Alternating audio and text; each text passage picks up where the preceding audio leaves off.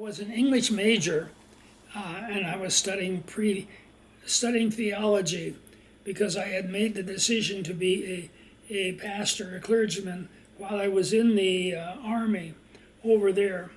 And so I switched my major from English to something else. I don't remember now. History, I think it was. And I continued with that until I graduated from college and the seminary. And then from there I went to my parishes. Did the experience in Europe have an impact on your decision? Oh, yes. How? It would be that I saw the needs of the people over there. They had deep spiritual needs, and I saw that the clergy, which were mostly Roman priests, trying to take care of them, but they were too few priests for the large number of people. And that was an influence on me because I didn't know what I would be assigned to when I graduated from the seminary, but I knew that I would end up somewhere as a pastor serving, and that's what happened. I ended up in a pastor on an island in the Columbia River. Yeah, they had big islands in some places, and I was assigned by the bishop to that particular area to start with. Wow. And this was what church was this? Lutheran. Lutheran. Evangelical Lutheran, Okay. yeah. So how long did you stay at the island? On the island, actually 3 years to the very day. And then I went, it was so wet and rained and that all the time, a pretty miserable situation. And so I went, my next parish was in Madras, Oregon, which was dry. And I served there for 5 years and then ended up teaching in Bible colleges in different parts, including some in Europe. Where in Europe? Germany and Austria and some in Norway, which my ancestor owned, my ancestral area. Can you speak Norwegian? A little bit. Not much anymore. You have to practice it to keep it alive. Of course. And there were, on the bus when I traveled, there were a couple bully boys who made fun of me speaking Norwegian. And so I forced it out of my mind.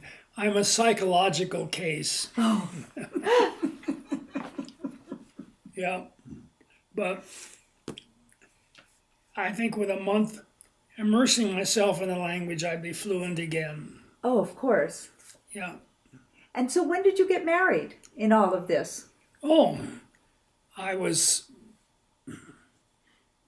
trying to think now. I don't remember the date, but it was, I had graduated, no, I had 1 year left of theological study when my wife and I were married. And I went from there to my first parish on this island, as I said. And then I ended up as a pastor in that parish and another one in Central Oregon. And then I kind of, because I had a gift in teaching, I kind of went into that full time and became a teacher in a theological school back there. How interesting. Pardon? How interesting. Oh, really? Yeah, very interesting. Did you have children by any chance? Oh, yes. We had one after I graduated from the seminary. I developed polio when I graduated from the sem, and my wife was very pregnant, and she went to one hospital to have the baby, and I went to Sister Kenny Hospital in Minneapolis for treatment for the polio, and it worked, and I came out in good shape. And you had how many children? 3 daughters. 3 daughters. Yeah.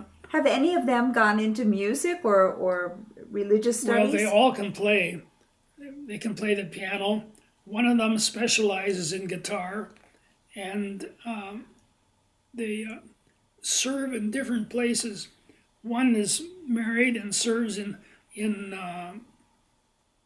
on the East Coast near Baltimore, and then another one serves in Southern Cal near them. Well, actually, by them. Oh, I'm trying to think of it. San Diego. She's out of San Diego a little ways. And then the third one is here in Bend. So they scattered all of them. I know, but at least you have one nearby. No, yes, we have one. We're very thankful for her, believe me. I can imagine. Yeah.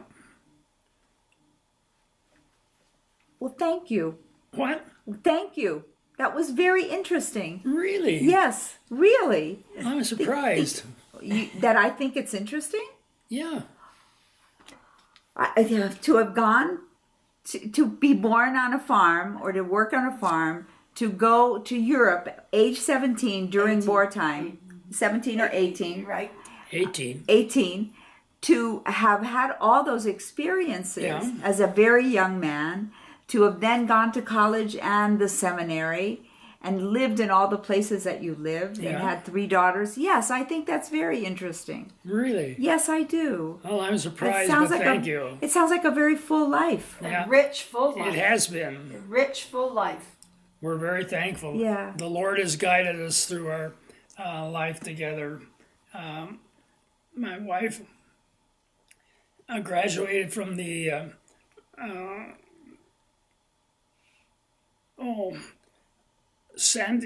not San Diego, one of the California colleges, and she graduated with honors, and she's basically been a homemaker all these years, and I have been serving in different ways, in different capacities, and I just thankful that I've had the opportunities I've had to do the things that I've done.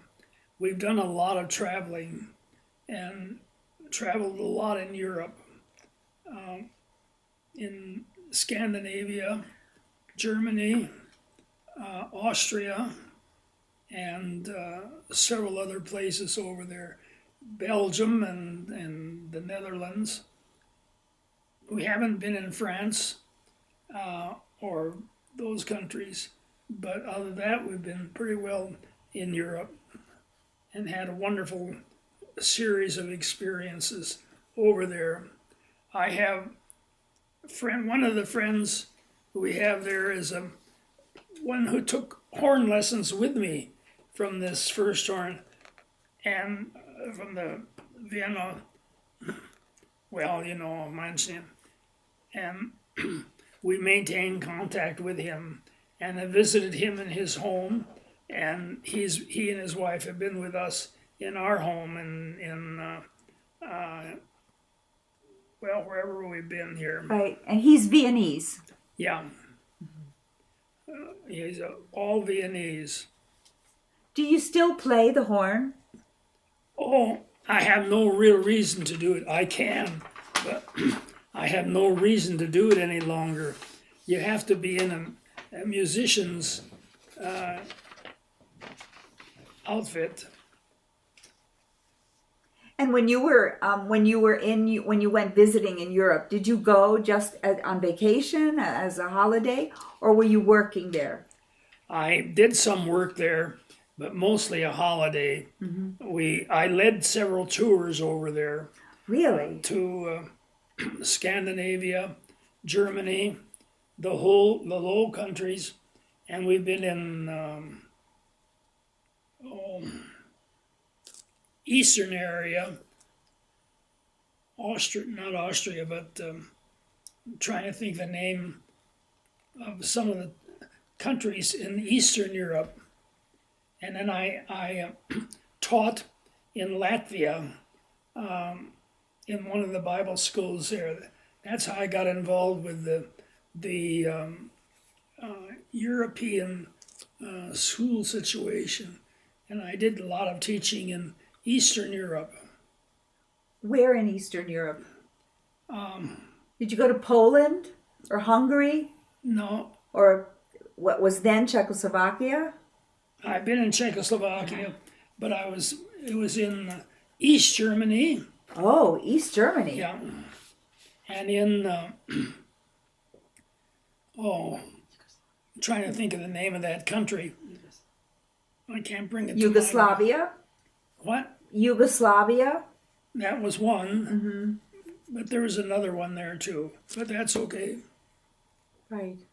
Now, when you went to Eastern Germany, was it still under communist rule or was this later? Both.